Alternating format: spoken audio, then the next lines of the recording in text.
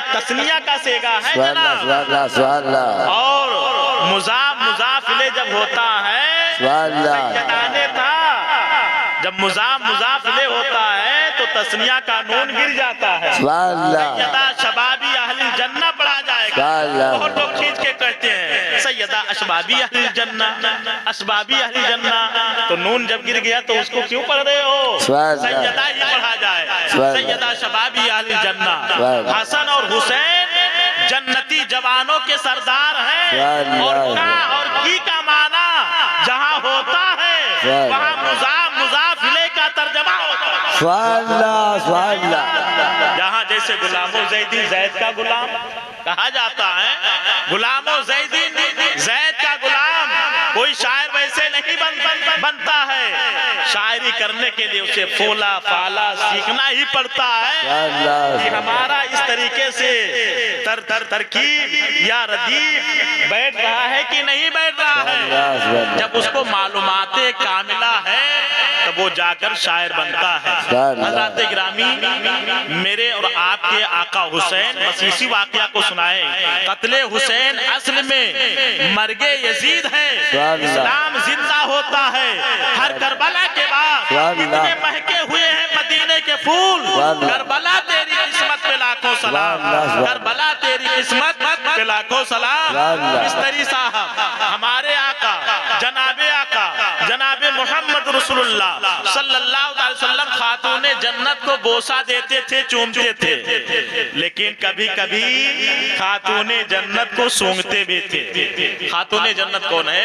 फातिमा ज़हरा। हमारे इमाम साहब बड़े मुखलिस हैं, आपके नई बस्ती के इमाम हैं। नई बस्ती वालों फख्र करो, एक सलाहियतमंद इंसान आपके झुरमुट में मौजूद है। जितना हो सके इनकी खिदमत किया जा सके, खिदमत की जा सके। आप ये ना समझे कि अरे फलाने का लड़का हुए फलाने जगह इमामत करत है। बहुत से लोग कहते हैं ना फलाना लड़कवा यहाँ तो नई बस्ती में इमामत करे लाग है, उनके दिल में चाहत दूसरी बैठती है। लेकिन मैं कहता हूँ कि जो गुदड़ी में छिपा रहता है वही लाल होता है। बहरहाल उस पे ना जाके खातूने जन्नत का मर्तबा और उनकी मोहब्बत मेरे सरकार से लगाव कितनी थी मैं बताना चाहता हूँ। खातूने जन्नत के बारे में हज़रत मौला अली से किसी ने पूछा, मौला अली शेर खुदा ये बताइए आपके नानी का क्या नाम है? तो मौला अली शेर खुदा ने फरमाया फातिमा। कहा आपके दादी का नाम क्या है? कहा फातिमा। कहा आपकी अहलिया साहिबा का क्या नाम है? कहा फातिमा। कहा वही फातिमा जिन्हें सरकार फरमाते थे मेरी लखते जिगर है। कहा बस वही फातिमा। कहा वही फातिमा जिसे सरकार फरमाते थे खातूने जन्नत है। कहा वही फातिमा है। कहा और जिनके बारे में सरकार फरमाते थे अल हसन वल हुसैन सैयदा शबाबी अहल जन्ना, हसन और हुसैन जन्नती जवानों के सरदार हैं, सरकार फरमाते थे। कहा अपने आका पर हम कुर्बान हैं। कहा कैसे?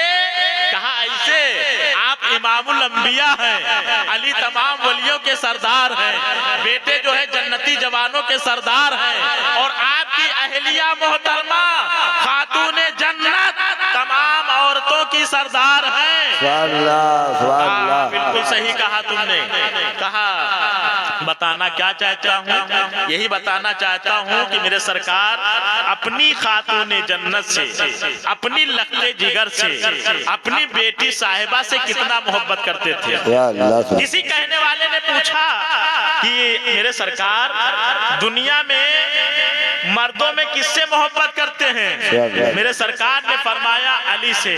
कहा बच्चों में किससे मोहब्बत करते हैं? मेरे सरकार ने फरमाया हसनैन करीमैन से।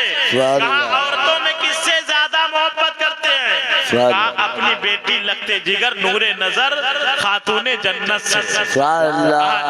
ये मसला है। कहा अच्छा ये बताइए सरकार दुजा सल्लल्लाहु अलैहि वसल्लम के पास जब खातूने जन्नत जाया करती थी तो मेरे सरकार के दिल में मोहब्बत बैठती थी तो मेरे सरकार चूमते थे, और जब कभी जन्नत की खुशबू सूंघना होता था तो मेरे सरकार उसे उन्हें सूंघते थे। सहाबा ने अर्ज किया, या रसूल अल्लाह अलैहिस्सलातु वस्सलाम, चूमना तो पसंद आया सबको, समझ आया सबको, हर बच्चे को हर बाप चूमता है, ये समझ में बात आती है, लेकिन ऐ मेरे सरकार, ऐ मेरे सरवर, ऐ मेरे आका, ऐ मोहम्मद रसूलुल्लाह सल्लल्लाहु अलैहि वसल्लम, ये सूंघना समझ में नहीं आया।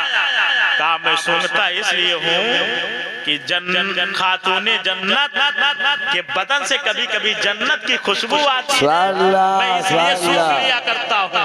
वो खातूने जन्नत है, फैजान हुसैन से माला माल होने वाले, नई बस्ती के रहने वाले, नौजवान कमेटी वाले, सुनते जाओ फैजान हुसैन से कौन नहीं मालदार होता है, कौन जो है फैजान हुसैन से मालदार होना नहीं चाहता है।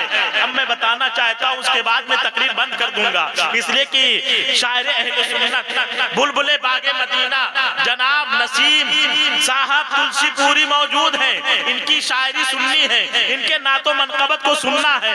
मैं बताना चाहता हूँ 1972 की वो फहरिस्त उठाई जाए, डाइजेस्ट में लिखा गया है 1972 की तारीख पढ़ी जाए, आपका दिल एकदम खुशहाली से डूब जाएगा, आप सोचो फिक्र में हो जाएंगे कि ये बताना क्या चाहते हैं, 1972 में क्या हो गया था।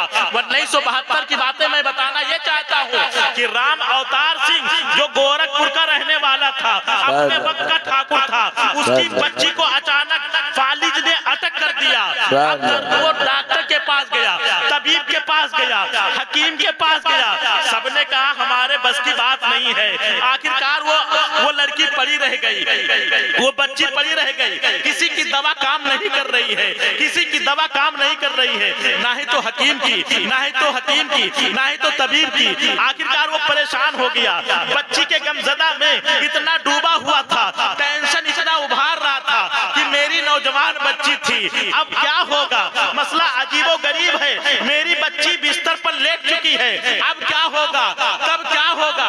लेकिन बताना ये चाहता हूँ 12 साल का जमाना गुजर गया, 13वां साल चलने लगा, आखिरकार नसीम नाम का या इरशाद नाम का उसके बगल में इंसान रहता था जो अपने वक्त का मुसलमान था, अपने वक्त का हुसैनी दीवाना था, हुसैन से लगाव प्यार रखता था। वो करीब करीब गया उसके घर, पूछने लगा ये बताओ कि तुम बहुत टेंशन में हो, लेकिन वो राम अवतार सिंह ने अपनी राज किसी को बताया नहीं कि हमारे बच्ची को ये मसला चल रहा है। तो कहा भाई रहने वाले मोहल्ले में तुम ये बताओ तुम इतना टेंशन में क्यों हो, सोचो फिक्र ने तुम्हें गला दिया, तुम्हारी हड्डियों से गोश्त के लुथड़े जा रहे हैं। तो उसने कहा मेरे मोहल्ले में रहते हो, मैं इसलिए बताना चाहता हूँ। कहा लेकिन बताओ तो सही क्या मसला है। कहा 12 साल से हमारी बच्ची पड़ी है। कहा कहाँ? कहा बिस्तर पर। कहा 12 साल हो गए तुमने नाम नहीं लिया, क्या मसला है? कहा फालिज ने अटैक किया था, दवा कराया, सब कुछ कराया, इलाज किया, लेकिन मेरी बच्ची बिस्तर से उठ नहीं रही है, कोई मसला हमको समझ में नहीं आ रहा है, मैं इसलिए फिक्र में डूबा हूँ। तो राम अवतार सिंह से उस इरशाद ने कहा घबराने की जरूरत नहीं है, मैं इस बार करबला मोहल्ला जा रहा हूँ। इमाम हुसैन जिस जगह पर अपने भाई भतीजे को कुर्बान किया है, अपने लड़कों को कुर्बान किया है, उस जगह पर जा रहा हूँ और तेरी बच्ची के लिए दुआ करूंगा, मैं बच्ची के लिए दुआ करूंगा, इमाम हुसैन के सदके में तेरी बच्ची ठीक हो जाएगी।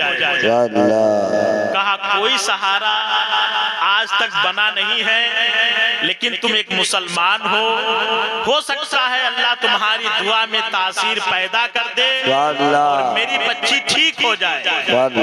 इरशाद भाई का कहना था, इंतकाल कर गए जनाब। 1972 का जमाना और आज का जमाना 2025 चल रहा है।